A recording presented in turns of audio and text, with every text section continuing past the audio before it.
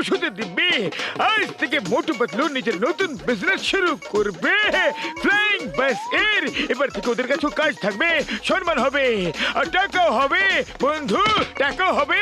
হ্যাঁ, তাহলে বন্ধুরা শুভ কাজে দেরি করা উচিত না। এখন আমরা আপনাদের সামনে প্রস্তুত করব ফ্লাইং বাসের নমুনা শো। প্রথম শো, প্রথম কামাল, আপনারা দেখবেন বেমিসাল। এবার আমরা এই বাসে বসে যাব হাওয়াই সফরে। দাঁড়াও, দাঁড়াও, আমাকে হাওয়াই ভ্রমণে নিয়ে চলো। জন, খবরদার আমাদের সামনে পিছনে আসার চেষ্টা করবে না তুমি, তাহলে কিন্তু তোমার স্বাস্থ্যের জন্য একদম ভালো হবে না। পাতলু, সম্মানের সাথে কথা বলো।